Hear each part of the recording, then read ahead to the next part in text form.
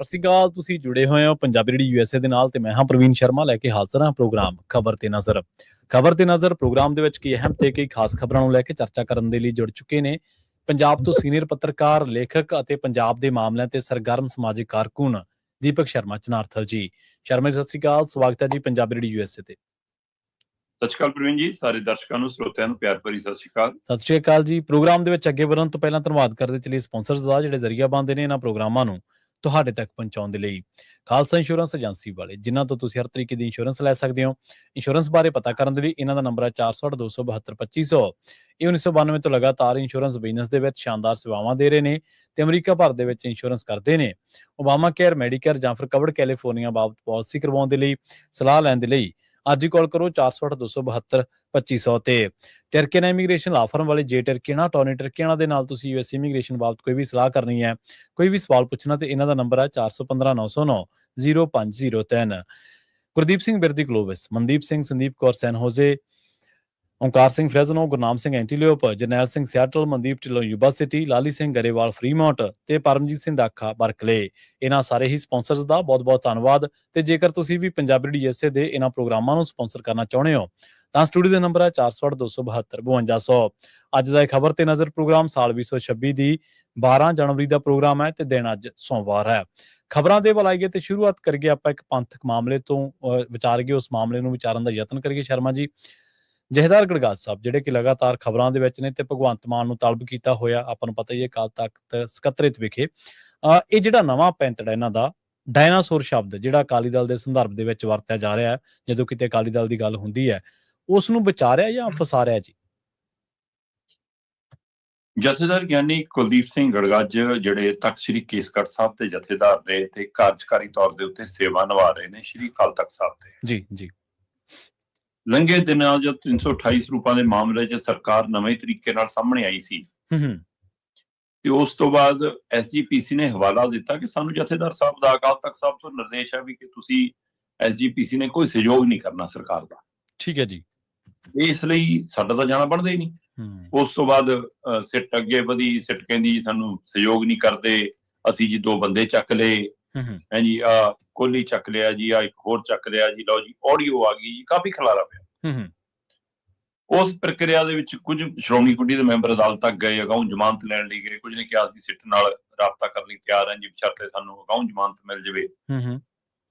ਇਹ ਸਭ ਦੇ ਵਿੱਚ ਜਦੋਂ ਆਡੀਓ ਕਲਿੱਪ ਆਈ, ਸਾਰਾ ਕੁਛ ਆਇਆ ਤਾਂ ਲੱਗਿਆ ਕਿ ਸ਼੍ਰੋਮਣੀ ਕਮੇਟੀ ਕਰ ਸਕਦੀ ਹੈ ਜੀ। ਜਥੇਦਾਰ ਸਾਹਿਬ ਦਾ ਜਿਹੜਾ ਫਰਮਾਨ ਸੀ ਉਹਦੇ ਵਿੱਚ ਗੌਰ ਕਰਨ ਵਾਲੀ ਗੱਲ ਹੈ ਕਿ ਉਸ ਇੱਕ ਆਖਰੀ ਪਹਿਰਾ ਸੀ ਜਿਸ 'ਚ ਲਿਖਿਆ ਸੀ ਕਿ ਸ਼੍ਰੋਮਣੀ ਜੇ ਸਰੂਪ ਚੋਰੀ ਹੋਏ ਨੇ ਤਾਂ ਸ਼੍ਰੋਮਣੀ ਕਮੇਟੀ ਦੱਸੇ ਕਿ ਉਹਨਾਂ ਦੀ ਭਾਲ ਕਰੇ ਕਿ ਕਿੱਥੇ ਨੇ।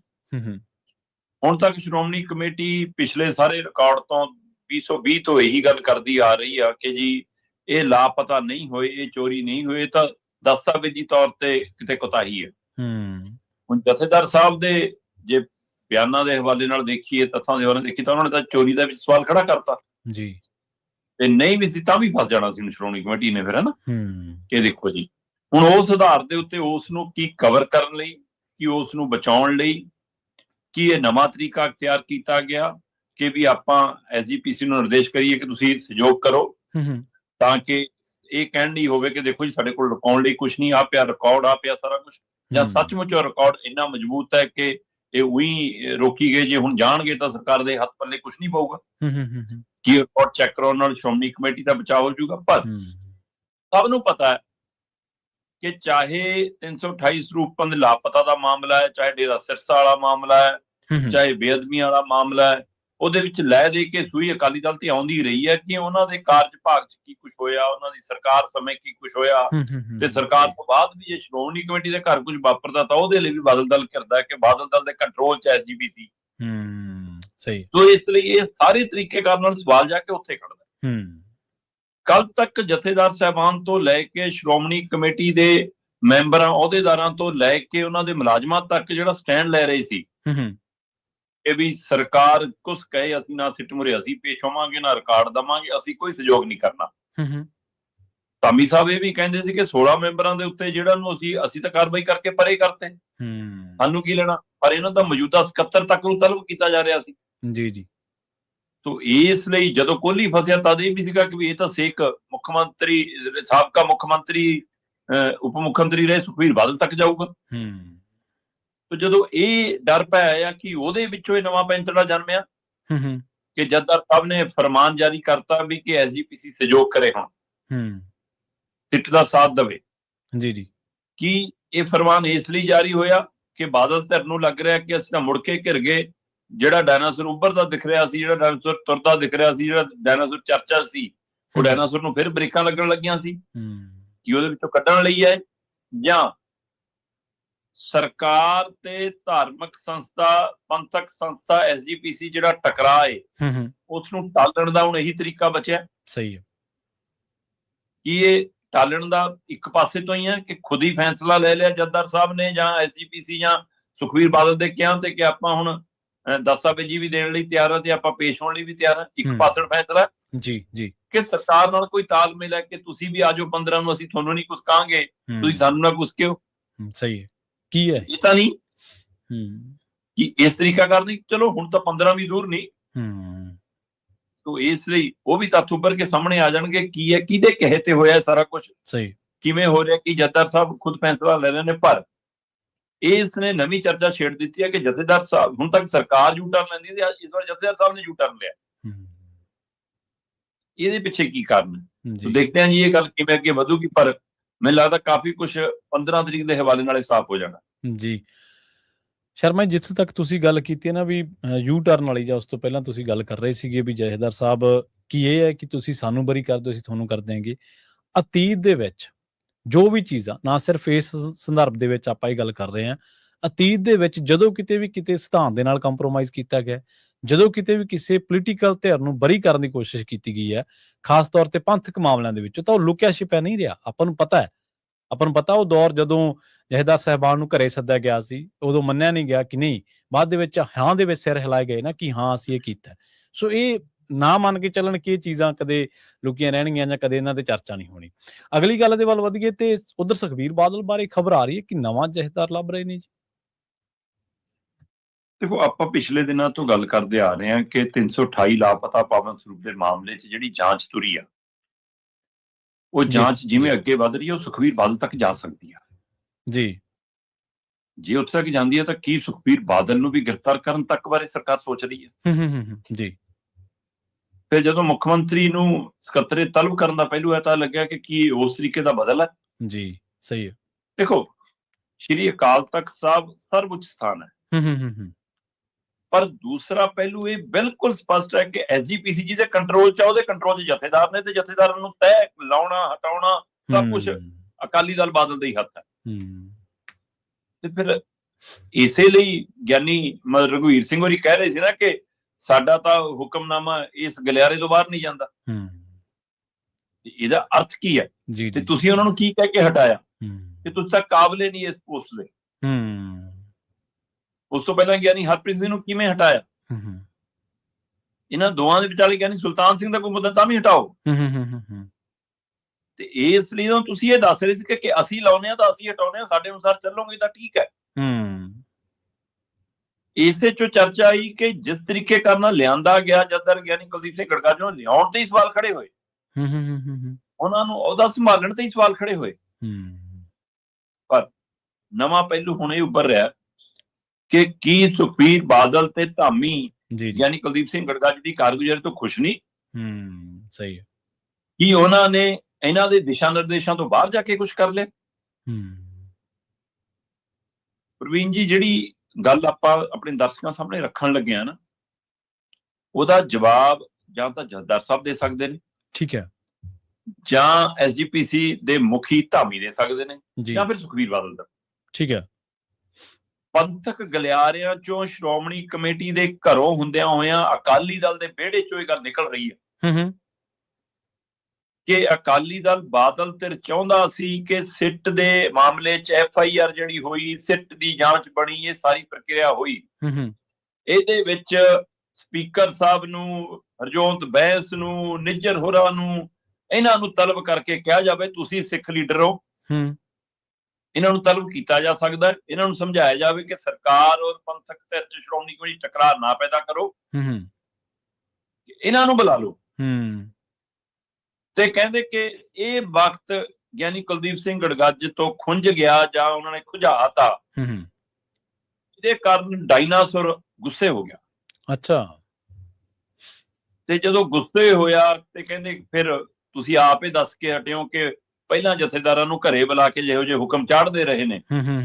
ਸਹੀ ਹੈ। ਅੱਜ ਕੱਲ੍ਹ ਚੱਲ ਟੈਕਨੋਲੋਜੀ ਦਾ ਯੁੱਗ ਹੈ, WhatsApp ਕਾਲ ਮਿਲਾ ਲਓ, ਇੱਕ ਹੋਰ ਪਤਾ ਨਹੀਂ ਕਿਹੜੀ ਫੇਸ ਕਾਲ ਹੁੰਦੀ ਹੈ, ਕੀ ਹੁੰਦੀ ਹੈ ਨਾ, ਉਹ ਰਿਕਾਰਡ 'ਚ ਨਹੀਂ ਆਉਂਦੀ ਜੀ, ਉਹ ਮਿਲਾ ਲਓ। ਕਹਿੰਦੇ ਕਿ ਇਹੋ ਜਿਹੀਆਂ ਕਾਲ ਕੁਲ ਕਰ ਲੈਂਦੇ ਨੇ ਅੱਜ ਕੱਲ੍ਹ, ਫਿਰ ਐਂ ਸਰ ਜਾਂਦਾ। ਸੋ ਇੱਥੋਂ ਤੱਕ ਚਰਚਾ ਤੁਰੀ ਕਿ ਉਹ ਨਾਰਾਜ਼ਗੀ ਜਥੇਦਾਰ ਤੇ ਕੱਢੀ ਗਈ ਕਹਿੰਦੇ ਜੀ। ਤੇ ਇਸ ਲਈ ਜਿਹੜੇ ਨਿਯੁਕਤ ਕਰਦੇ ਨੇ ਉਹਨਾਂ ਨੂੰ ਖੁਸ਼ ਕਰਨ ਦੇ ਚੱਕਰ 'ਚ ਮੁੱਖ ਮੰਤਰੀ ਨੂੰ ਕਹਿੰਦੇ ਆਪ ਮਹਾਰਾਜ ਜਥੇਦਾਰ ਨੇ ਸਕੱਤਰੇ ਤਲਬ ਕਰ ਲਿਆ ਕਿ ਲਓ ਤੁਸੀਂ ਮੰਤਰੀਆਂ ਨੂੰ ਕਹਿੰਦੇ ਆਪਾਂ ਉਹਨਾਂ ਦਾ ਵੀ ਸਿਰਾ ਤਲਬ ਕਰ ਲਿਆ ਨੇ, ਸ਼ਾਇਦ ਇਹਦੇ ਨਾਲ ਡਾਇਨਾਸੌਰ ਖੁਸ਼ ਹੋ ਜਾਵੇ। ਜੀ ਸਹੀ ਹੈ। ਪਰ ਕਹਿੰਦੇ ਸਲਾਹਕਾਰਾਂ ਨੇ ਦੱਸਿਆ ਕਿ ਤਾਂ ਉਲਟਾ ਪੰਗਾ ਪਾ ਲਿਆ ਜੀ, ਹਰ ਥਾਂ ਭੰਡ ਦਾ ਰੋਜ਼ ਆਪਾਂ ਪਹਿਲਾਂ ਹੀ ਗੱਲ ਕਰਦੇ ਆਏ ਹਾਂ। ਤੇ ਉਹ ਤਾਂ ਜੀ ਸਾਨੂੰ ਉਲਟਾ ਨਾ ਮਹਿੰਗਾ ਪੈ ਜਾਵੇ, ਕਿਤੇ ਪੁਰਾਣੀਆਂ ਬੇਅਦਬੀ ਵਾਲਾ ਮਸਲਾ ਵੀ ਉੱਪਰ ਆਉਣਾ ਜੀ, ਆਹ ਵੀ ਉੱਪਰ ਆਉਣਾ ਜੀ, ਸਾਰਾ ਕੁਝ ਮੁੜ ਕੇ ਉੱਪਰ ਜਾਣਾ ਜੀ, ਆਪਾਂ ਤਾਂ ਮੁੜ ਕੇ ਕਰ ਗਏ। ਉਹ ਕਰਦਾ ਦਿਖ ਵੀ ਰਿਹਾ ਅਕਾਲੀ ਦਲ, ਬੇਸ਼ੱਕ ਮਾਨ ਦਲ ਮਤਲਬ ਜਿਹੜਾ ਸ਼੍ਰੋਮਣੀ ਅਕਾਲੀ ਦਲ ਦੇ ਸਾਹਮਣੇ ਹੁਣ ਸੱਤਾਧਾਰੀ ਧਿਰ ਦਾ ਦਲ ਖੜਾ ਹੈ, ਆਮ ਆਦਮੀ ਪਾਰਟੀ ਮਾਨ ਦਲ ਜੀ, ਇਹਦੇ ਉੱਤੇ ਸਵਾਲ ਉੱਠ ਰਹੇ ਸੀ ਕਿ ਇਹਦਾ ਤਰੀਕਾਕਾਰ ਸਹੀ ਨਹੀਂ ਹੈ ਮੁੱਖ ਮੰਤਰੀ ਦਾ ਬੋਲਣ ਦਾ। ਪਰ ਉਹਨੂੰ ਤਲਬ ਕਰਕੇ ਮਰਿਆਦਾ ਦਾ ਸਵਾਲ ਵੀ ਖੜਾ ਹੋ ਗਿਆ ਜੀ, ਬਦਲਾਖੋਰੀ ਦਾ ਸਵਾਲ ਵੀ ਖੜਾ ਹੋ ਗਿਆ, ਝਿੱਕੜ ਕੱਢਣ ਦਾ ਸਵਾਲ ਵੀ ਖੜਾ ਹੋ ਗਿਆ, ਸਿੱਟ ਦੇ ਮਾਮਲੇ ਦੇ ਉੱਤੇ ਕ੍ਰਾਸ ਕੇਸ ਜਿਵੇਂ ਬਣਦਾ ਹੁੰਦਾ ਕਿ 57 ਬਣਾ ਲਓ ਦੋਵਾਂ ਤੇ, ਉਵੇਂ ਦਾ ਮਸਲਾ ਖੜਾ ਹੋ ਗਿਆ। ਉਹ ਵੀ ਸਹੀ। ਇਹ ਸਾਰੇ ਮਸਲਿਆਂ ਦੇ ਵਿੱਚ ਹੁਣ ਇਹ ਗੱਲ ਉੱਭਰ ਆਈ ਕਿ ਜਥੇਦਾਰ ਯਾਨੀ ਕੁਲਦੀਪ ਸਿੰਘ ਗੜਗੱਜ ਨੇ ਆਪਣੇ ਆਪ ਤਾਂ ਨਹੀਂ ਇਹ ਪੈਂਤੜਾ ਲੈ ਲਿਆ, ਤੇ ਹੁਣ ਉਹਦੇ ਵਿੱਚੋਂ ਕਹਿੰਦੇ ਕਿ ਬਈ ਇਹ ਪ੍ਰਕਿਰਿਆ ਦੇ ਉੱਤੇ ਹੈ ਕਿ ਵੀ ਪਹਿਲਾਂ ਹੀ ਸੰਸਥਾਵਾਂ ਕਹਿੰਦੀਆਂ ਇਸ ਤਾਂ ਪਹਿਲਾਂ ਹੀ ਕਿਹਾ ਸੀਗਾ ਜੀ ਕਿ ਇਹਨੂੰ ਜੇ ਰੱਖਣਾ ਕੇਸਗੜ੍ਹ ਸਾਹਿਬ ਤੱਕ ਰੱਖ ਲਓ, ਅਕਾਲ ਤਖਤ ਸਾਹਿਬ ਤੋਂ ਇਹਨਾਂ ਦੀਆਂ ਸੇਵਾਵਾਂ ਸਮਾਪਤ ਕਰੋ। ਤੇ ਪਰ ਕਹਿੰਦੇ ਕਿ ਕੋਈ ਸੁਹਿਰਦ ਬੰਦਾ ਲੱਗਣ ਲਈ ਤਿਆਰ ਨਹੀਂ ਅਜੇ ਤੱਕ ਜੀ ਜੀ। ਪਰ ਬਾਦਲ ਦਲ ਨੇ ਨਵੇਂ ਜਥੇਦਾਰ ਦੀ ਭਾਲ ਸ਼ੁਰੂ ਕਰ ਦਿੱਤੀ ਹੈ।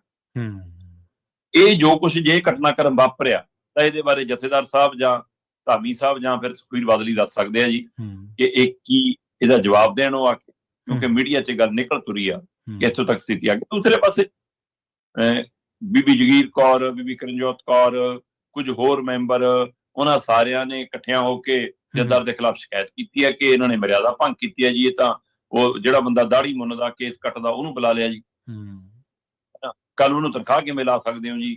ਉਹਨਾਂ ਨੇ ਇਸ ਆਧਾਰ ਤੇ ਜਥੇਦਾਰ ਨੂੰ ਹਟਾਉਣ ਦੀ ਮੰਗ ਕੀਤੀ ਹੈ ਕਿ ਉਹਦੀ ਆੜ ਲੈਣਗੇ, ਜੇ ਉਹਦੀ ਆੜ ਲੈਣਗੇ ਫਿਰ ਉਹ ਧਿਰ ਵੱਡੀ ਹੁੰਦੀ ਹੈ ਜੀ ਜੀ। ਹੁਣ ਇਹ ਵੀ ਇਹਨਾਂ ਲਈ ਚੁਣੌਤੀ ਹੈ, ਤੇ ਜੇ ਨਹੀਂ ਹਟਾਉਂਦੇ ਤਾਂ ਆਪਣਾ ਪੰਗਾ। ਕਿਤੇ ਤਾਂ ਸੋਚ ਕੇ ਲਿਆਂਦਾ ਸੀ ਕਿ ਫਕਰੇ ਕੌਮ ਮਿਲੂਗਾ, ਸਹੀ ਗੱਲ, ਕਿਤੇ ਨਵੇਂ ਤਗਮੇ ਹੋਰ ਮਿਲਣ ਲੱਗ ਪਏ। ਸੋ ਇਸ ਲਈ ਅਕਾਲੀ ਦਲ ਬਾਦਲ ਇੱਕ ਵਾਰ ਫਿਰ ਆਪਣੇ ਆਪ ਨੂੰ ਘਿਰਿਆ ਮਹਿਸੂਸ ਕਰ ਰਿਹਾ, ਤੇ ਉਸ ਘਿਰੇ ਹੋਈ ਪ੍ਰਕਿਰਿਆ ਚੋਂ ਜਥੇਦਾਰ ਨੂੰ ਬਦਲਣ ਦੀਆਂ ਗੁੰਦਾਂ ਗੁੰਦੀਆਂ ਜਾਣ ਲੱਗੀਆਂ। ਸ਼ਰਮਾ ਜੀ, ਤੁਹਾਡੇ ਨਾਲ ਖਬਰਾਂ ਤੇ ਚਰਚਾ ਕਰਦਿਆਂ, ਵਿਸ਼ਲੇਸ਼ਣ ਕਰਦਿਆਂ ਬਹੁਤ ਪੰਥਕ ਮਾਮਲਿਆਂ ਬਾਰੇ ਬਹੁਤ ਆਲਾ ਦਰਜੇ ਦੀ ਜਾਣਕਾਰੀ ਮਿਲੀ ਹੈ।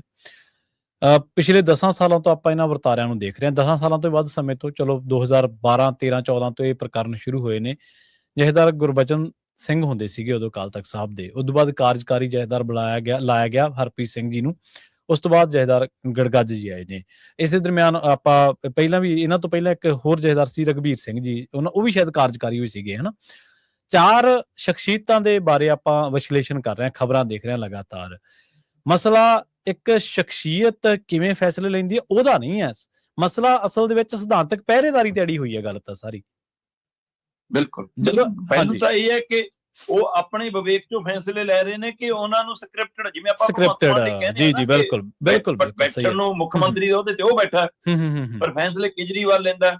ਬੈਠਣ ਨੂੰ ਮਤਲਬ ਗਿਆਨੀ ਰਘਬੀਰ ਸਿੰਘ ਸੀ, ਗਿਆਨੀ ਹਰਪ੍ਰੀਤ ਸਿੰਘ ਸੀ, ਹੁਣ ਗਿਆਨੀ ਕੁਲਦੀਪ ਸਿੰਘ ਗੜਗੱਜ ਹੈ ਨਾ, ਜਾਂ ਉਹ ਤੋਂ ਪਹਿਲਾਂ ਸੀ ਜਥੇਦਾਰ ਜਦੋਂ ਡੇਰੇ ਵਾਲਾ ਮਾਮਲਾ ਆਇਆ, ਗਿਆਨੀ ਗੁਰਬਚਨ ਸਿੰਘ ਵਾਲਾ ਮੁੱਦਾ ਹੈ, ਉਹ ਸਾਰੇ ਮਾਮਲਿਆਂ ਦੇ ਵਿੱਚ ਫੈਸਲੇ ਕੌਣ ਲੈ ਰਿਹਾ ਸੀ? ਹਾਂਜੀ, ਮੇਰਾ ਕਹਿਣ ਤੋਂ ਭਾਵ ਇਹ ਸੀ ਲੰਬੀ ਚੋਂ ਨਿਕਲ ਰਹੇ ਸੀ ਫੈਸਲੇ, ਬਾਦਲ ਪਿੰਡ ਦੇ ਘਰੋਂ ਨਿਕਲ ਰਹੇ ਸੀ ਫੈਸਲੇ, ਚੰਡੀਗੜ੍ਹ ਦੀ ਸਰਕਾਰੀ ਕੋਠੀ ਚੋਂ ਨਿਕਲ ਰਹੇ ਸੀ, ਕੌਣ ਕਰ ਰਿਹਾ ਸੀ ਫੈਸਲੇ? ਬਿਲਕੁਲ, ਮੇਰੇ ਫੈਸਲਾ ਕਰਨ ਵਾਲੀ ਹੋਰ ਹੈ, ਤੇ ਜਾਂ ਉਹਨਾਂ ਨੂੰ ਖੁਸ਼ ਕਰਨ ਦੇ ਲਈ ਕੁਝ ਫੈਸਲੇ ਅਜਿਹੇ ਹੋ ਜਾਂਦੇ ਨੇ ਜਿਹੜੇ ਫਿਰ ਕੌਮ ਦੇ ਲਈ ਮੁਸ਼ਕਲ ਖੜੇ ਬਣਦੇ ਨੇ, ਤਾਂ ਫਿਰ ਸੋਚਣ ਦੀ ਲੋੜ ਹੈ। ਹਾਂਜੀ, ਕਿ ਅਸੀਂ ਮਰਿਆਦਾ ਨੂੰ ਵੀ ਢਾਹ ਲਾ ਰਹੇ ਹਾਂ, ਅਸੀਂ ਅਕਾਲ ਤਖਤ ਸਾਹਿਬ ਦੇ ਰੁਤਬੇ ਨੂੰ ਵੀ ਉਸ ਸਥਾਨ ਤੇ ਬੈਠ ਕੇ ਆਪ ਹੀ ਛੋਟਾ ਕਰਨ ਦੀ ਕਵਾਇਦ ਚ, ਇਹ ਕੋਤਾਹੀਆਂ ਕੌਣ ਕਰ ਰਿਹਾ? ਜੀ ਜੀ, ਬਿਲਕੁਲ, ਇਸ ਨੂੰ ਦਰੁਸਤ ਕਰਨ ਦੇ ਲਈ ਮਤਲਬ ਕਿ ਰੋਲ ਨਿਭਾਉਣ ਦੀ ਲੋੜ ਹੈ। ਸ਼੍ਰੋਮਣੀ ਕਮੇਟੀ ਦੇ ਮੈਂਬਰ ਜਿਹੜੇ ਚੁਣੇ ਹੋਏ ਨੇ ਉਹ ਵੀ ਸ਼੍ਰੋਮਣੀ ਕਮੇਟੀ ਦੀ ਚੋਣ ਦੀ ਮੰਗ ਨਹੀਂ ਕਰਦੇ। ਸਹੀ ਹੈ। ਜੇ ਸ਼੍ਰੋਮਣੀ ਕਮੇਟੀ ਸਿੱਖ ਜਮਾਤ ਦੀ ਸਮੁੱਚੀ ਮਤਲਬ ਨੁਮਾਇੰਦਗੀ ਕਰੇ ਤਾਂ ਸਥਿਤੀ ਬਦਲ ਸਕਦੀ। ਜੀ, ਜਦੋਂ ਇੱਕ ਪਰਿਵਾਰ ਦੀ ਨੁਮਾਇੰਦਗੀ ਕਰਨ ਲੱਗ ਜਾਂਦੀ ਫਿਰ ਸਵਾਲ ਖੜੇ ਹੁੰਦੇ ਨੇ, ਫਿਰ ਚੁਣੌਤੀਆਂ ਸਾਹਮਣੇ ਆਉਂਦੀਆਂ। ਬਿਲਕੁਲ, ਮੇਰਾ ਕਹਿਣ ਤੋਂ ਭਾਵ ਇਹੀ ਸੀ ਨਾ ਕਿ ਮਸਲਾ ਇੱਕ ਵਿਅਕਤੀ ਵਿਸ਼ੇਸ਼ ਦਾ ਨਹੀਂ ਹੈ, ਮਸਲਾ ਇੱਕ ਸ਼ਖਸੀਅਤ ਵਿਸ਼ੇਸ਼ ਦਾ ਵੀ ਨਹੀਂ ਹੈ, ਮਸਲਾ ਸਿਆਸੀ ਰਿਮੋਟ ਕੰਟਰੋਲ ਦਾ ਅਸਲ ਦੇ ਵਿੱਚ। ਤੇ ਉਹਦੀ ਜੜ ਲੱਭਣ ਦੀ ਥਾਂ ਤੇ ਆਈ ਵਾਰੀ ਉਹ ਗੁਣਾ ਕਿਸੇ ਦੇ ਉੱਤੇ ਪਾ ਕੇ, ਕਿਸੇ ਨੂੰ ਦੋਸ਼ ਲਾ ਕੇ ਉਹਨੂੰ ਬਦਲ ਦਿੱਤਾ ਜਾਂਦਾ, ਉਸ ਤੋਂ ਬਾਅਦ ਕਿਸੇ ਹੋਰ ਨੂੰ ਲਿਆਂਦਾ ਜਾਂਦਾ। ਬਸ ਆਪਾਂ ਦੇਖਦੇ ਹਾਂ ਬਾਅਦ ਦੇ ਵਿੱਚ ਉਸ ਬੰਦੇ ਦੀ ਕਿਰਦਾਰ ਕੁਸ਼ੀ, ਉਸ ਸ਼ਖਸੀਅਤ ਦੀ ਕਿਰਦਾਰ ਕੁਸ਼ੀ ਵੀ ਕੀਤੀ ਜਾਂਦੀ ਹੈ, ਜਿਹੜੀ ਕਿ ਬਿਲਕੁਲ ਮਾੜੀ ਗੱਲ ਹੈ, ਨਹੀਂ ਕਰਨੀ ਚਾਹੀਦੀ ਕਿਸੇ ਵੀ ਤਰੀਕੇ ਦੇ ਨਾਲ। ਪ੍ਰਵੀਨ ਜੀ, ਜੇ ਮਤਲਬ ਸਿਆਸਤ ਦੇ ਉੱਤੇ ਧਰਮ ਦਾ ਕੁੰਡਾ ਹੋਵੇ ਤਾਂ ਉਹ ਮਾੜਾ ਨਹੀਂ, ਪਰ ਉਹ ਧਰਮ ਦਾ ਹੋਵੇ, ਕੱਟੜਵਾਦਤਾ ਦਾ ਨਹੀਂ। ਜੀ ਸਹੀ ਹੈ। ਅੱਜ ਵਾਲੀ ਦਿੱਲੀ ਵਾਲੇ ਪਾਸੇ ਦੇਖ ਲਓ, ਕਹਿਣ ਨੂੰ ਲੋਕਤੰਤਰ ਦਾ ਰਾਜਾ ਪਰ ਕੱਟੜਵਾਦਤਾ ਫੈਲਾ ਰਹੇ ਨੇ, ਬੜੀ ਯੋਜਨਾ ਤਹਿਤ ਘੱਟ ਗਿਣਤੀਆਂ ਨੂੰ ਜਿਵੇਂ ਨਿਸ਼ਾਨੇ ਤੇ ਲਿਆ ਹੈ ਨਾ। ਇਸ ਲਈ ਅਕਾਲੀ ਦਲ ਉਹ ਜਮਾਤ ਸੀ ਜਿਹਨੇ ਮਤਲਬ ਧਰਮ ਦੀ ਅਗਵਾਈ ਲੈ ਕੇ ਤੁਰਨਾ ਸੀ। ਸਹੀ ਬਿਲਕੁਲ। ਪਰ ਉਹ ਧਰਮ ਨੂੰ ਅਗਵਾਈ ਦੇਣ ਲੱਗ ਪਏ, ਅਸੀਂ ਚਲਾਵਾਂਗੇ ਧਰਮ ਨੂੰ ਆਪਣੇ ਅਨੁਸਾਰ। ਜੀ ਸਹੀ ਹੈ। ਮਸਲਾ ਹੀ ਇੱਥੇ ਖੜਾ। ਇੱਕ ਦਿਨ ਤੁਸੀਂ ਉਹ 4 ਥੰਮਾਂ ਦੀ ਵੀ ਜ਼ਿਕਰ ਕੀਤੀ ਸੀ ਨਾ, ਵੀ ਅਕਾਲੀ ਦਲ ਦੇ ਸਿਆਸਤ ਦੇ 4 ਥੰਮ ਕਿਹੜੇ ਸੀ, ਮੈਨੂੰ ਚੰਗੀ ਤਰ੍ਹਾਂ ਯਾਦ ਆ ਉਹ ਚੀਜ਼। ਤੇ ਅਗਲੀ ਗੱਲ ਕਰੀਏ ਸਰਕਾਰ ਦੀ। ਸ਼ਰਮਾ ਜੀ, ਪੱਤਰਕਾਰਾਂ ਦੇ ਮਾਮਲੇ ਦੇ ਵਿੱਚ ਸਰਕਾਰ ਨੇ ਜ਼ਮੀਨੀ ਪੱਧਰ ਤੇ ਵੀ ਜਿਹੜੀ ਆ ਉਹ ਆਲੋਚਨਾ ਕਰਵਾਈ, ਸੋਸ਼ਲ ਮੀਡੀਆ ਤੇ ਵੀ ਆਲੋਚਨਾ ਕਰਵਾਈ, ਤੇ ਸੰਵਿਧਾਨਕ ਪੱਧਰ ਤੇ ਤਾਂ ਇਹ ਚੀਜ਼ਾਂ ਬਿਲਕੁਲ ਨਹੀਂ ਜਾਇਜ਼। ਅਦਾਲਤ ਨੇ ਇਸੇ ਗੱਲ ਨੂੰ ਮੰਨਿਆ, ਅਦਾਲਤ ਨੇ ਇਸੇ ਗੱਲ ਨੂੰ ਬੁਨਿਆਦ ਬਣਾ ਕੇ, ਇਸੇ ਗੱਲ ਨੂੰ ਜੜ ਬਣਾ ਕੇ ਇਹ ਗੱਲ ਕਹੀ ਹੈ ਕਿ ਤੁਹਾਡਾ ਇਹ ਕੰਮ ਜਿਹੜਾ ਉਹ ਬਣਦਾ ਹੀ ਨਹੀਂ ਸੀ ਪਰਚਾ, ਤੇ ਖਾਸੀਆਂ ਝਾੜਾਂ ਪਈਆਂ ਨੇ ਇਸ ਮਾਮਲੇ ਦੇ ਵਿੱਚ ਅਦਾਲਤ ਤੋਂ। ਬਿਲਕੁਲ ਪ੍ਰਵੀਨ ਜੀ, ਲੰਘੇ ਦਿਨਾਂ ਦੇ ਵਿੱਚ ਮਾਨਕ ਗੋਇਲ ਹੋਰੀ, ਮਨਿੰਦਰ ਸਿੱਧੂ ਹੋਰੀ, ਮਿੰਟੂ ਗੁਰਸਰੀਆ ਤੇ ਹੋਰ ਕਿੰਨੇ ਹੀ ਸਾਥੀ, ਉਹਨਾਂ ਸਾਰਿਆਂ ਤੇ ਸਰਕਾਰ ਨੇ FIR ਕੀਤੀ ਤੇ FIR ਦਾ ਆਧਾਰ ਬਣਾਇਆ ਜੀ, ਗਲਤ ਜਾਣਕਾਰੀ ਫੈਲਾ ਰਹੇ ਨੇ ਜੀ, ਹੈ ਨਾ ਜੀ, ਬਦਨਾਮ ਕਰ ਰਹੇ ਨੇ ਜੀ ਸਿਸਟਮ ਨੂੰ ਜੀ। ਇਹ ਕੌਣ ਹੁੰਦੇ ਨੇ ਜੀ ਪੁੱਛਣ ਵਾਲੇ? ਇਹ ਤਾਂ ਪੱਤਰਕਾਰ ਹੀ ਨਹੀਂ ਜੀ, ਹੈ ਨਾ। ਮਤਲਬ ਕੱਲ ਨੂੰ ਤੁਸੀਂ ਕਹੋਗੇ ਤਾਂ ਜੰਮੇ ਹੀ ਨਹੀਂ ਜੀ। ਉਹ ਇੱਕ ਅਸਲ ਦੇ ਵਿੱਚ ਉਹ ਹੁੰਦਾ ਨਾ ਕਿ ਧੀਏ ਨੀ ਤੂੰ ਗੱਲ ਸੁਣ, ਨੂੰਹੇ ਨੀ ਤੂੰ ਕੰਨ ਕਰ, ਹੈ ਨਾ। ਸੋ ਉਹ ਤਰੀਕਾ ਹੁੰਦਾ ਕਿ ਇਹ 2-4 ਨੂੰ ਡਰਾ ਕੇ ਜਿਹੜੇ ਹੋਰ ਬੋਲਣ ਵਾਲੇ ਅਸੀਂ ਉਹਨਾਂ ਨੂੰ ਵੀ ਚੁੱਪ ਕਰਾ ਦਾਂਗੇ ਸ਼ਾਇਦ। ਉਹ ਤਰੀਕਾ ਸਰਕਾਰ ਨੂੰ ਲੱਗਦਾ ਕਿ ਸਾਡੇ ਕੋਲ ਪੁਲਿਸ ਹੈ ਤੇ ਤਾਂ ਵੀ ਸਾਡੇ ਮੂਹਰੇ ਕੋਈ ਖੰਘ ਜਾਵੇ। ਬਈ ਕੋਈ ਗੈਰ ਵਾਜਬ ਸਵਾਲ ਹੋਵੇ ਫਿਰ ਤਾਂ ਹੈ, ਕੋਈ ਤੁਹਾਡੀ ਕਿਰਦਾਰ ਕੁਸ਼ੀ ਕਰ ਰਿਹਾ ਹੋਵੇ ਤਾਂ ਸਵਾਲ ਹੈ ਨਾ।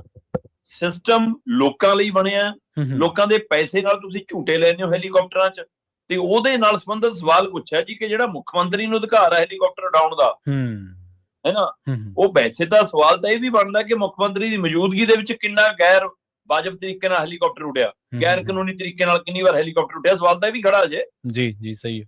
ਕਿੰਨੀ ਵਾਰ ਕੇਜਰੀਵਾਲ ਨੂੰ ਗੁਜਰਾਤ ਤੱਕ ਘੁਮਾਇਆ, ਕੇਰਲਾ ਤੱਕ ਘੁਮਾਇਆ, ਗੋਆ ਤੱਕ ਦੇ ਝੂਟੇ ਦਿੱਤੇ, ਕਿਤੇ ਹੈਲੀਕਾਪਟਰ ਗਿਆ ਪੰਜਾਬ ਦਾ। ਜਾਣਾ ਹੁੰਦਾ ਸੀ ਕੇਜਰੀਵਾਲ ਨੇ, ਸਾਡੇ ਵਾਲਾ ਮੁੱਖ ਮੰਤਰੀ ਕੰਮ ਛੱਡ ਕੇ ਨਾਲ ਬਹਿ ਜਾਂਦਾ ਸੀ ਕਿ ਚਲੋ ਜੀ ਨਾਲ ਮੈਨੂੰ ਤਾਂ ਬੈਠਣਾ ਪਊਗਾ। ਪਰ ਜਿਹੜੇ ਸਵਾਲ ਤੇ FIR ਹੋਈ ਉਹ ਇਹ ਸੀ ਕਿ ਜੀ ਮੁੱਖ ਮੰਤਰੀ ਦੀ ਗੈਰ ਮੌਜੂਦਗੀ 'ਚ ਜਹਾਜ਼ ਕਿਵੇਂ ਉੱਡਿਆ, ਤੇ ਜੇ ਉੱਡਿਆ ਤਾਂ ਕਿਹਦੇ ਲਈ ਉੱਡਿਆ, ਸਰਕਾਰ ਜਵਾਬ ਦੇ ਦਿੰਦੀ। ਜੀ ਸਹੀ ਹੈ। ਜਿਹੜੀਆਂ ਸਟੇਜਾਂ ਤੋਂ ਬੋਲਦੇ ਫਿਰਦੇ ਨੇ ਕਿ ਜੀ ਨਹੀਂ ਰਾਜਪਾਲ ਨੇ ਮੰਗਿਆ ਸੀ ਜੀ, ਰਾਜਪਾਲ ਨੂੰ ਦਿੱਤਾ ਜੀ, ਹੈ ਨਾ, ਤੇ ਉਹ ਜਵਾਬ ਮਤਲਬ ਜਦੋਂ ਪੱਤਰਕਾਰਾਂ ਨੇ ਸਵਾਲ ਪੁੱਛਿਆ ਤਾਂ ਉੱਥੇ ਦੇ ਦਿੰਦੇ। ਉਹਨਾਂ ਦੀ ਤਸੱਲੀ ਹੋ ਜਾਂਦੀ, ਠੀਕ ਸੀ, ਨਹੀਂ ਅਗਲਾ ਸਵਾਲ ਕਰ ਲੈਂਦੇ। ਸਹੀ ਹੈ, ਬਿਲਕੁਲ। ਪਰ ਤੁਹਾਨੂੰ ਤਾਂ ਲੱਗਿਆ ਕਿ ਪੁਲਿਸ ਸਾਡੇ ਕੋਲ ਆਈ, ਅਸੀਂ ਵਰਤਣੀ ਆ, ਸਭ ਅੱਗੇ ਤੱਕ ਚੱਕਣ ਚੱਲ ਗਏ ਸੀ। ਅਸੀਂ ਤਾਂ ਜਿਹੜੇ ਸਾਥੀ ਤੁਹਾਡੇ ਨਾਲ ਨਾਅਰੇ ਮਾਰਦੇ ਰਹੇ, ਹੈ ਨਾ, ਉਹਨਾਂ ਦੇ ਉੱਤੇ ਪਰਚੇ ਤੱਕ ਕਰਾਉਣ ਚੱਲ ਗਏ ਸੀ, ਕੁਮਾਰ ਵਿਸ਼ਵਾਸ ਉਹਨਾਂ ਤੇ। ਜੀ ਸਹੀ ਹੈ। ਇਹ ਤਾਂ ਫਿਰ ਪੰਜਾਬ ਪੁਲਿਸ ਹੈ ਤੇ ਪੰਜਾਬ ਦੇ ਹੀ ਪੱਤਰਕਾਰ ਨੇ, ਇਹ ਨਾ ਚੱਕੀ ਇਹਨਾਂ ਨੂੰ, ਤੇ ਅਗਲੇ ਹੋ ਗਏ ਸ਼ੁਰੂ, ਕਰਤੀ ਕਾਰਵਾਈ ਜੀ। ਪਰ ਹਾਈ ਕੋਰਟ ਨੇ ਜਿਵੇਂ ਕੱਲ ਕਲਾਸ ਲਾਈ ਖੜਾ ਕੇ, ਉਹਨਾਂ ਨੇ ਸਿੱਧਾ ਕਿਹਾ ਕਿ ਪੰਜਾਬ 'ਚ ਪੁਲਿਸ ਰਾਜ। ਸਹੀ ਹੈ, ਬਿਲਕੁਲ। ਸਰਕਾਰ ਇੰਨੀ ਮਤਲਬ ਬੇਗਰਕੀ ਹੋ ਗਈ ਕਿ ਹਾਂ ਕੋਈ ਸਵਾਲ ਪੁੱਛਣ ਦੇ ਤੁਸੀਂ ਪਰਚੇ ਕਰੋਗੇ, ਇਹ ਸ਼ਰੇਆਮ ਬਦਲਾਖੋਰੀ ਹੈ ਜੀ, ਇਹ ਤਰੀਕਾਕਾਰ ਮਨਜ਼ੂਰ ਨਹੀਂ ਹੈ ਉਹ ਕਹਿੰਦੇ। ਤੇ ਉਹਨਾਂ ਨੇ ਤੁਰੰਤ FIR ਤੇ ਰੋਕ ਲਾਈ ਤੇ ਸਰਕਾਰ ਦੀ ਜਵਾਬਦਾਰੀ ਜੀ, ਜਵਾਬ ਨਹੀਂ ਆਇਆ। ਕੱਲ ਅਜਿਹੀ ਠੰਡ ਦੇ ਵਿੱਚ ਸਿੱਕਰੀ ਜਮੀ ਹੋਈ ਸੀ ਬੁੱਲਾਂ ਤੇ। ਜੀ ਸਹੀ ਹੈ। ਤੋ ਇਸ ਲਈ ਸਰਕਾਰਾਂ ਨੂੰ ਆਪਣੇ ਕੰਮਾਂ ਰਾਹੀਂ ਲੀਕ ਵੱਡੀ ਕਰਨੀ ਚਾਹੀਦੀ ਆ, ਨਾ ਕਿ ਪੁਲਿਸ ਦੇ ਰਾਹੀਂ ਤੁਸੀਂ ਲੋਕਾਂ ਨੂੰ ਕੰਟਰੋਲ ਕਰਨ ਦੀ ਕਵਾਇਦ ਕਰੋ। ਇਹ ਉਲਟਾ ਤੁਹਾਨੂੰ ਉਲਟਾ ਪੈਂਦਾ। ਸੋ ਪੁਰਾਣਾ ਵਰਤਾਰਾ ਪਤਾ ਨਹੀਂ ਕਿਉਂ ਭੁੱਲ ਜਾਂਦੀਆਂ ਨੇ। ਜਦੋਂ ਇਹੀ ਤਰ੍ਹਾਂ ਬਾਹਰ ਸੀ ਤਾਂ ਕਿਵੇਂ ਸਿਸਟਮ ਦੇ ਖਿਲਾਫ ਆਵਾਜ਼ ਚੱਕਦੀਆਂ ਸੀ। ਸਹੀ, ਇਹ ਸਾਰੇ ਤਾਂ ਜੰਮੇ ਹੀ ਉਹਦੇ ਵਿੱਚੋਂ ਨੇ। ਤੇ ਉਹੀ ਸੋਸ਼ਲ ਮੀਡੀਆ ਤੇ ਉਹੀ ਲੋਕਾਂ ਦੀ ਤਾਕਤ ਤੁਹਾਨੂੰ ਅੱਜ ਡਰਾਉਂਦੀ ਆ। ਸਵਾਲ ਕਰਨਾ ਤੁਸੀਂ ਉਹ ਕਹਿੰਦੇ ਜੀ ਸਵਾਲ ਕਰਨਾ ਅਸੀਂ ਸਿਖਾਇਆ ਜੀ ਤੇ ਅੱਜ ਸਵਾਲ ਤੋਂ ਡਰ ਲੱਗ ਰਿਹਾ। ਸੋ ਬਿਲਕੁਲ ਜੀ, ਲੋਕਾਂ ਦੀ ਆਵਾਜ਼ ਦਬਾਉਣ ਦੀ ਕੋਸ਼ਿਸ਼ ਨਾ ਕਰੇ ਸਰਕਾਰ। ਮਾਨਯੋਗ ਹਾਈ ਕੋਰਟ ਨੇ ਸਪਸ਼ਟ ਲਫ਼ਜ਼ਾਂ 'ਚ ਕਿਹਾ, ਮਾਨਯੋਗ ਹਾਈ ਕੋਰਟ ਨੇ ਸਪਸ਼ਟ ਲਫ਼ਜ਼ਾਂ 'ਚ ਕਿਹਾ ਕਿ ਪੰਜਾਬ 'ਚ ਪੁਲਿਸ ਦਾ ਰਾਜ ਨਹੀਂ ਹੈ। ਮਾਨਯੋਗ ਹਾਈ ਕੋਰਟ ਨੇ ਸਪਸ਼ਟ ਲਫ਼ਜ਼ਾਂ 'ਚ ਕਿਹਾ ਸਰਕਾਰ ਨੂੰ ਸਵਾਲ ਪੁੱਛਣ ਦਾ ਸਭ ਕੋਲ ਅਧਿਕਾਰ ਹੈ। ਇਹ ਤਾਂ ਫਿਰ ਪੱਤਰਕਾਰ ਨੇ, ਆਮ ਲੋਕਾਂ ਨੂੰ ਵੀ ਅਧਿਕਾਰ ਜੀ, ਸਰਕਾਰ ਜਵਾਬਦੇਹੀ ਦੀ ਜ਼ਿੰਮੇਵਾਰੀ ਬਣਦੀ ਹੈ। ਜੀ ਜੀ। ਤੇ ਹਰਚਰਨ ਭੁੱਲਰ ਨੇ ਹਾਈ ਕੋਰਟ ਦੇ ਵਿੱਚੋਂ ਆਪਣੀ ਪਟੀਸ਼ਨ ਵਾਪਸ ਲੈ ਲਈ ਜੀ। ਹਾਂ, ਆਪਾਂ ਹਰਚਰਨ ਭੁੱਲਰ ਵਾਲੇ ਮਾਮਲੇ ਤੇ ਲਗਾਤਾਰ ਗੱਲ ਕਰਦੇ ਆਏ ਆ। ਮਤਲਬ ਕਿ ਜਿਵੇਂ ਹੁਣ ਇਸ ਮਾਮਲੇ ਦੇ ਵਿੱਚ ਸੀਬੀਆਈ ਮੱਠੀ ਪੈਂਦੀ ਨਜ਼ਰ ਆ ਰਹੀ ਆ, ਹੈ ਨਾ, ਜਿਵੇਂ ਐਨ ਧੂਣੀ ਬਲਦੀ ਹੋਵੇ ਲੱਟ ਲੱਟ ਤੇ ਉਹਦੇ ਤੇ ਕੋਈ ਪਾਣੀ ਛਿੜਕ ਦੇਵੇ, ਉਹ ਹਾਲ ਹੋ ਗਿਆ ਸੀਬੀਆਈ ਦਾ। ਐਨ ਧੂਆਂ ਹੁਣ ਕੁਝ ਕਾਰਵਾਈ ਦਿਖਦੀ ਨਹੀਂ ਅੱਗੇ ਉਵੇਂ ਹੁੰਦੀ। ਪਰ ਦੋ ਮਾਮਲੇ ਸੀ, ਦੋ ਮਾਮਲਿਆਂ ਦੇ ਵਿੱਚੋਂ ਇੱਕ ਮਾਮਲਾ ਸੀਗਾ ਭ੍ਰਸ਼ਟਾਚਾਰੀ ਦਾ, ਰਿਸ਼ਵਤਖੋਰੀ ਦਾ, ਜਿਹਦੇ ਮਾਮਲੇ ਦੇ ਵਿੱਚ ਜ਼ਮਾਨਤ ਦੀਆਂ ਅਰਜ਼ੀਆਂ ਉੱਪਰ ਤੱਕ ਗਈਆਂ, ਫਿਰ ਮੁੜ ਕੇ ਸੀਬੀਆਈ ਅਦਾਲਤ ਆਏ ਤੇ ਉਹ ਅਰਜ਼ੀ ਖਾਰਜ ਹੋ ਗਈ, ਜ਼ਮਾਨਤ ਨਹੀਂ ਮਿਲੀ। ਪਰ ਦੂਸਰਾ ਮਾਮਲਾ ਸੀਗਾ ਆਮਦਨ ਤੋਂ ਵੱਧ ਜਾਇਦਾਦ ਦਾ। ਉਸ ਮਾਮਲੇ 'ਚ ਜ਼ਮਾਨਤ ਮਿਲ ਗਈ ਕਿਉਂਕਿ ਸੀਬੀਆਈ ਨੇ ਅਜੇ ਤੱਕ ਚਾਰਜਸ਼ੀਟ ਦਾਖਲ ਨਹੀਂ ਕੀਤੀ ਜੀ। ਹਾਂ, ਈਡੀ ਹੁਣ ਕਿਤੇ ਲੱਭੇ ਨਹੀਂ ਰਹੀ ਜਿਹੜੀ ਕਹਿੰਦੀ ਸੀ ਮਨੀ ਲਾਂਡਰਿੰਗ ਦਾ ਮਾਮਲਾ ਬਣ ਗਿਆ। ਸੋ ਇਸ ਲਈ ਇਸ ਨਜ਼ਰੀਏ ਤੋਂ ਵੀ ਦੇਖਣ ਦੀ ਲੋੜ ਹੈ ਕਿ ਕੀ ਇਹ ਮਾਮਲਾ ਵੀ ਸੈਟਲ ਹੋਣ ਵਾਲੇ ਪਾਸੇ ਜਾ ਰਿਹਾ ਜਾਂ ਠੰਡਾ ਕੀਤਾ ਜਾ ਰਿਹਾ ਕਿ ਚੁੱਪਚਾਪ ਬਾਅਦ ਚੋਂ ਲੋਕ ਭੁੱਲ ਜਾਣ ਫਿਰ ਉਧਰ ਨੂੰ ਤੋਰੀਏ। ਤੇ ਉਸੇ ਚੋਂ ਹਰਚਰਨ ਭੁੱਲਰ ਤਾਂ ਹਾਈ ਕੋਰਟ ਇਸ ਲਈ ਗਏ ਸੀਗੇ ਵੀ ਕਿ ਇਹ ਤਾਂ ਮਾਮਲਾ ਹੀ ਨਹੀਂ ਬਣਦਾ ਮੇਰੇ ਤੇ ਜੀ। ਮਤਲਬ ਮੈਂ ਤਾਂ ਹੈਰਾਨ ਆ ਕਿ ਬੰਦਾ ਇਸ ਕਦਰ ਤੱਕ ਬੇਸ਼ਰਮੀ ਤੇ ਵੀ ਜਾ ਸਕਦਾ ਕਿ ਘਰੋਂ ਇੰਨਾ ਕੁਝ ਮਿਲ ਜਾਵੇ ਤਾਂ ਵੀ ਕਹੇ ਜੀ ਮੇਰੇ ਖਿਲਾਫ ਤਾਂ ਜਾਂਚ ਹੀ ਨਹੀਂ ਬਣਦੀ। ਉਲਟਾ ਨਹੀਂ ਕਹਿ ਕੇ ਕਰੋ ਜਾਂਚ ਜੀ, ਲੱਗ ਜੂ ਪਤਾ ਮੇਰਾ ਆਪਣਾ ਕਿ ਮੈਂ ਕੋਈ ਠੱਗਿਆ ਵਾ। ਸਹੀ ਹੈ, ਸੱਚਾ ਤੁਹਾਡੀ ਆਪਣੀ ਮਿਹਨਤ ਦੀ ਕਮਾਈ ਹੈ, ਤੁਹਾਡੀ ਆਪਣੀ ਹਾੜੀ ਸੋਣੀ ਚੋਂ ਆਈ ਹੈ, ਆਪਣੀ ਜ਼ਮੀਨ ਜਾਇਦਾਦ ਚੋਂ ਆਈ ਹੈ। ਪਰ ਇਹ ਵੀ ਦੱਸਣਾ ਪਊਗਾ ਨਾ ਕਿ ਨੌਕਰੀ ਪੇਸ਼ੇ 'ਚ ਆਉਣ ਤੋਂ ਬਾਅਦ ਆਮਦਨ ਦੇ ਮੁਕਾਬਲੇ ਜ਼ਮੀਨਾਂ ਕਿੰਨੀਆਂ ਹੋਰ ਲੈ ਲਈਆਂ, ਉਸ ਗੁਣਾ ਨਾਲ ਲੈ ਸਕਦੇ ਸੀ ਕਿ ਨਹੀਂ, ਜਾਂ ਕਿੱਥੋਂ ਆਈਆਂ। ਇਸ ਲਈ ਜਾਂ ਤਾਂ ਤੁਸੀਂ ਐਵੇਂ ਦਮ ਭਰੋਗੇ ਕਰੋ ਜਾਂਚ, ਪਰ ਤੁਸੀਂ ਅਦਾਲਤ ਕੀ ਕਹਿਣ ਜਾ ਰਹੇ ਹੋ ਕਿ ਨਾ ਜੀ ਮੇਰੇ ਖਿਲਾਫ ਕੇਸ ਨਹੀਂ ਬਣਦਾ ਜੀ। ਪਰ ਉਹ ਪਟੀਸ਼ਨ ਹੁਣ ਵਾਪਸ ਲੈਣ ਦਾ ਮਾਇਨਾ ਕੀ ਹੈ? ਕੀ ਕੋਈ ਸੈਟਲਮੈਂਟ ਹੋ ਰਹੀ ਹੈ ਟੇਬਲ ਤੇ, ਬੈਕਡੋਰ ਕੋਈ ਸੈਟਲਮੈਂਟ ਹੋ ਰਹੀ ਹੈ, ਹੈ ਨਾ, ਜਾਂ ਵਕੀਲਾਂ ਨੇ ਦੱਸ ਦਿੱਤਾ ਕਿ ਭੁੱਲਰ ਸਾਹਿਬ ਇਸ 'ਚ ਕੋਈ ਖੱਟਿਆ ਨਹੀਂ ਜਾਣਾ ਆਪਾਂ ਤੋਂ, ਇਸ ਲਈ ਚੱਲਣ ਦੋ ਜਿਹੜਾ ਸੀਬੀਆਈ ਵਾਲਾ ਕੇਸ ਚੱਲਦਾ। ਸੋ ਕੇਸ ਚੱਲ ਰਿਹਾ ਜੀ, ਪਰ ਬਾਕੀ ਮਾਮਲਿਆਂ 'ਚ ਰਫ਼ਤਾਰ ਮੱਠੀ ਹੈ, ਇਸ ਲਈ ਕਈ ਸ਼ੰਕੇ ਸ਼ੋਬੇ ਵੀ ਹੈ। ਫਿਲਹਾਲ ਜਿਹੜੀ ਪਟੀਸ਼ਨ ਪਾਈ ਸੀ ਹਰਚਰਨ ਭੁੱਲਰ ਨੇ ਕਿ ਮੇਰੇ ਖਿਲਾਫ ਸੀਬੀਆਈ ਦਾ ਕੇਸ ਬਣਦਾ ਨਹੀਂ, ਥਾਂ ਨਹੀਂ ਬਣਦੀ, ਸਰਕਾਰ ਨੂੰ ਪੁੱਛਿਆ ਨਹੀਂ, ਉਹ ਸਾਰੇ ਪਹਿਲੂ ਵਾਲੀ ਪਟੀਸ਼ਨ ਨੂੰ ਵਾਪਸ ਲੈ ਜੀ। ਤੇ ਜਾਂਦੇ ਗੱਲ ਕਰੀਏ ਨਿਊਜ਼ੀਲੈਂਡ ਦੇ ਵਿੱਚ ਇੱਕ ਵਾਰ ਫਿਰ ਤੋਂ ਨਗਰ ਕੀਰਤਨ ਦਾ ਰਾਹ ਰੋਕਣ ਦਾ ਯਤਨ ਕੀਤਾ ਗਿਆ ਔਰ ਸੁਹਿਰਦ ਧਿਰਾਂ ਲਗਾਤਾਰ ਪਹਿਲਾਂ ਵੀ ਉਹਨਾਂ ਨੇ ਇਸ ਗੱਲ ਦੀ ਨਿਖੇਧੀ ਕੀਤੀ ਸੀ, ਹੁਣ ਵੀ ਕਰ ਰਹੇ ਨੇ। ਕਿਉਂ ਇਹ ਵਰਤਾਰਿਆਂ ਤੇ ਠੱਲ ਨਹੀਂ ਪੈ ਰਹੀ ਜੀ? ਬਿਲਕੁਲ ਬਹੁਤ ਮੱਦਭਾਗੀ ਸਥਿਤੀ ਬਣਦੀ ਹੈ ਜਦੋਂ ਬਾਹਰਲੇ ਕਿਸੇ ਮੁਲਕ ਦੇ ਵਿੱਚ ਅਜਿਹੀ ਖਬਰ ਕੋਈ ਸਾਹਮਣੇ ਆਉਂਦੀ ਹੈ। ਨਿਊਜ਼ੀਲੈਂਡ ਦੇ ਵਿੱਚ ਡੈਸਟਿਨ ਚਰਚ ਦੇ ਨਾਲ ਸੰਬੰਧਿਤ ਕੁਝ ਲੋਕ ਨੇ ਜਿਹੜੇ ਇੱਕ ਖਾਸ ਵਰਗ ਦੀ ਅਗਵਾਈ ਕਰਦੇ ਨੇ, ਇੱਕ ਖਾਸ ਵਿੰਗ ਬਣਾਇਆ ਹੋਇਆ ਉਹਨਾਂ ਨੇ, ਤੇ ਇਸ ਲਈ ਜਦੋਂ ਕਿਸੇ ਦੂਸਰੇ ਮੁਲਕ ਤੋਂ ਖਬਰ ਆਉਂਦੀ ਹੈ ਤਾਂ ਇੰਝ ਲੱਗਦਾ ਜਿਵੇਂ ਨਿਊਜ਼ੀਲੈਂਡ ਬਰੋਚ ਚ ਉਤਰ ਗਿਆ ਹੋ। ਨਿਊਜ਼ੀਲੈਂਡ ਨਹੀਂ ਪੂਰਾ ਬਰੋਚ ਚ ਉਤਰਿਆ, ਕੋਈ ਅਜਿਹਾ ਨਹੀਂ। ਲੋਕ ਉਲਟਾ ਹੱਕ ਚ ਵੀਡੀਓ ਪਾ ਰਹੇ ਨੇ, ਸਿੱਖ ਕੌਮ ਦੀ ਦੇਣਦਾਰੀਆਂ ਬਾਰੇ ਦੱਸ ਰਹੇ ਨੇ, ਕੁਰਬਾਨੀਆਂ ਬਾਰੇ ਦੱਸ ਰਹੇ ਨੇ। ਨਿਊਜ਼ੀਲੈਂਡ ਦੇ ਖੁਦ ਲੋਕ ਸਾਹਮਣੇ ਆ ਕੇ ਦੱਸ ਰਹੇ ਨੇ ਕਿ ਕਰੋਨਾ ਕਾਲ ਤੋਂ ਲੈ ਕੇ ਹੋਰ ਮੁਸ਼ਕਿਲ ਘੜੀ ਦੇ ਵਿੱਚ ਇਹ ਕੌਮ, ਇਹ ਗੁਰੂ ਘਰ ਕਿਵੇਂ ਸਾਡਾ ਸਾਥ ਦਿੰਦੇ ਨੇ, ਉਹ ਪਹਿਲੂ ਨਾਲ ਉੱਭਰ ਰਹੇ ਨੇ। ਪਰ ਜਦੋਂ ਕੋਈ ਵੀ ਅਜਿਹੀ ਤਸਵੀਰ ਸੜਕ ਤੇ ਆਮੋ ਸਾਹਮਣੇ ਦੀ ਟਕਰਾ ਦੀ ਆਉਂਦੀ ਹੈ ਤਾਂ ਉਹ ਵੱਡੀ ਖਬਰ ਬਣ ਜਾਂਦੀ ਹੈ। ਸਹੀ।